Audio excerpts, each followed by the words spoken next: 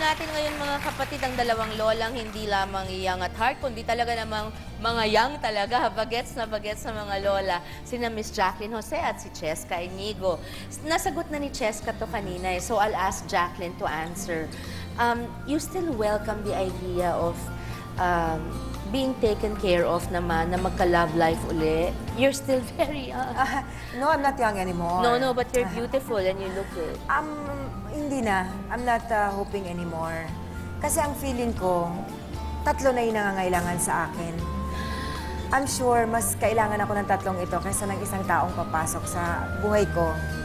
I'd rather serve the tatlong mahal ko than to have one, tapos yung tatlo mawawala. Hindi, pero gaya nga ng sabi ni Cheska kanina, what did you say? Yung bang package deal kami. Lahat. Oo.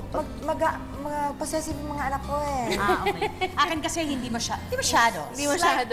Hindi, pero if someone comes along, tapos talagang in-embrace kayong lahat, and minahal Sarap kayong sana. lahat. Blessing sarap yun, sana. Blessing diba? yun. Blessing na yun. Pag Blessing nangyari kapag yun. nangyari yun. Blessing na yun.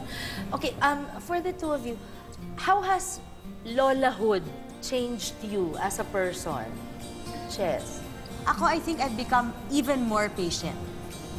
Kasi, with my kids, although patient ako, as a mom, di ba, mabilis kang, nararatel ako, especially young mom ako. Oo. With my grandson, mas, sige lang, okay, hindi ako agad-agad natataranta, na-freak out. Tapos, kahit sa daughter ko, pag nagpapaliwanag ako, hindi ako nagagalit na, mali yung ginagawa mo sa anak mo. Nagagawa ko na ngayon na ipaliwanag kung bakit, Hindi hyper. yung proseso. Oo, kasi inaamin ko naman, when I was younger, Medyo violent yung mga reaction.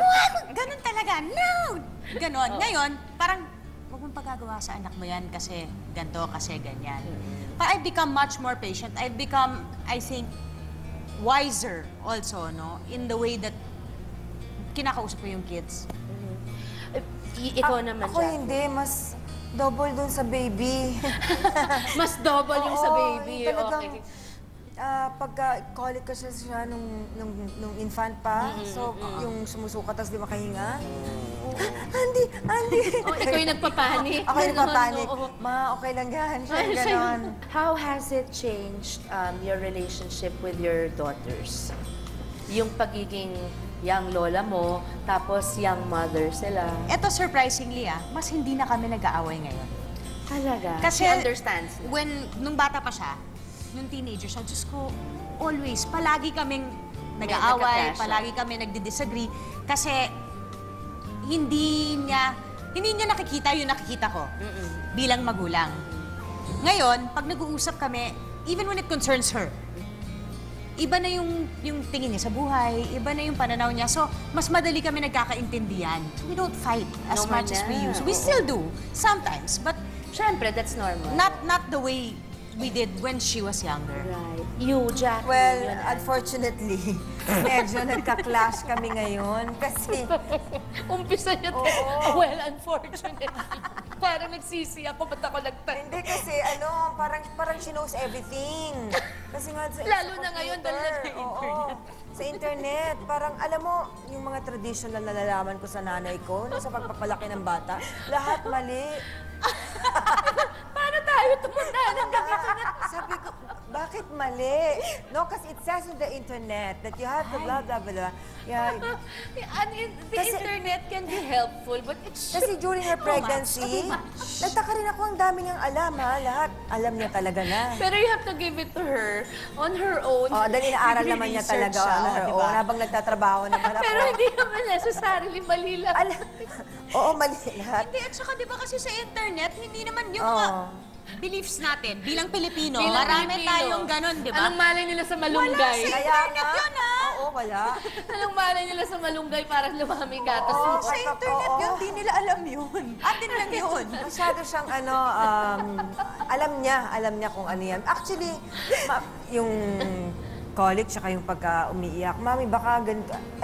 Meron pa siyang mga tinuturo sa akin, talaga? After a while ako na gumagano eh. Kaya pala. Pero,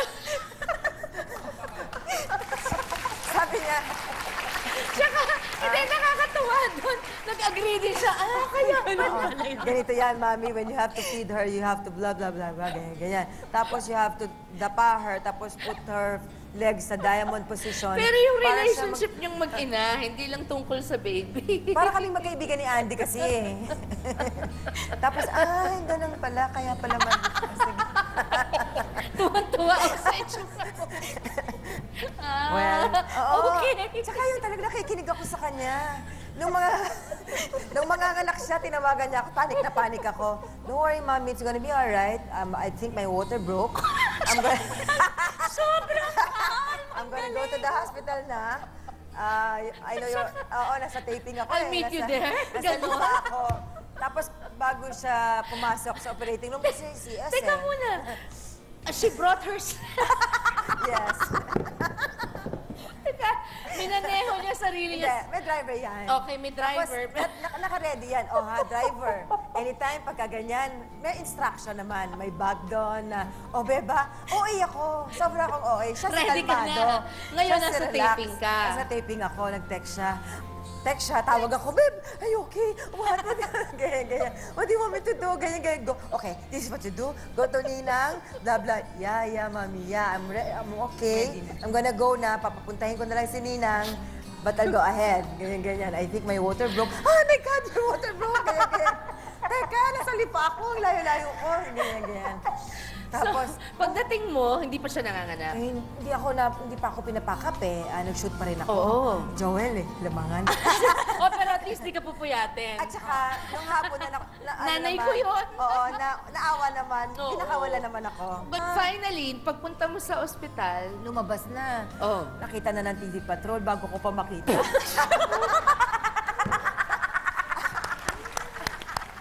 Ang traffic eh!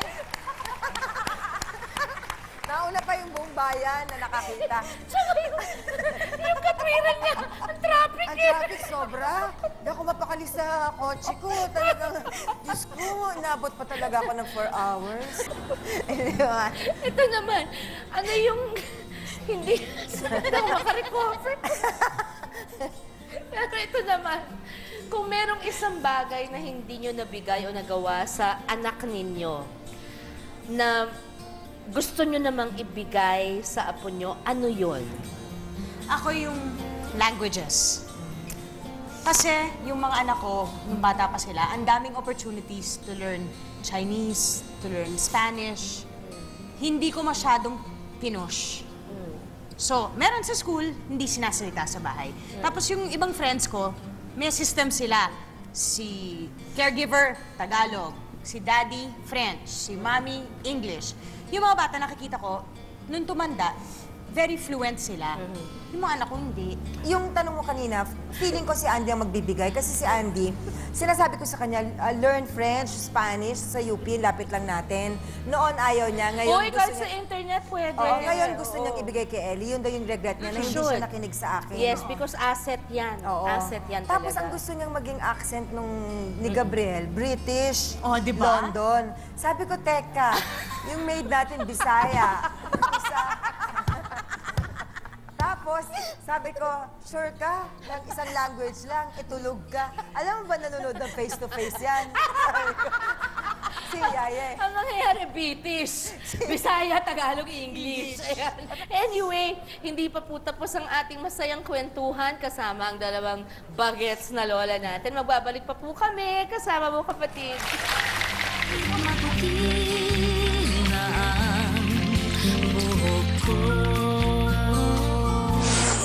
I am so glad you came into my life. And I will treasure and love you for the rest of my life.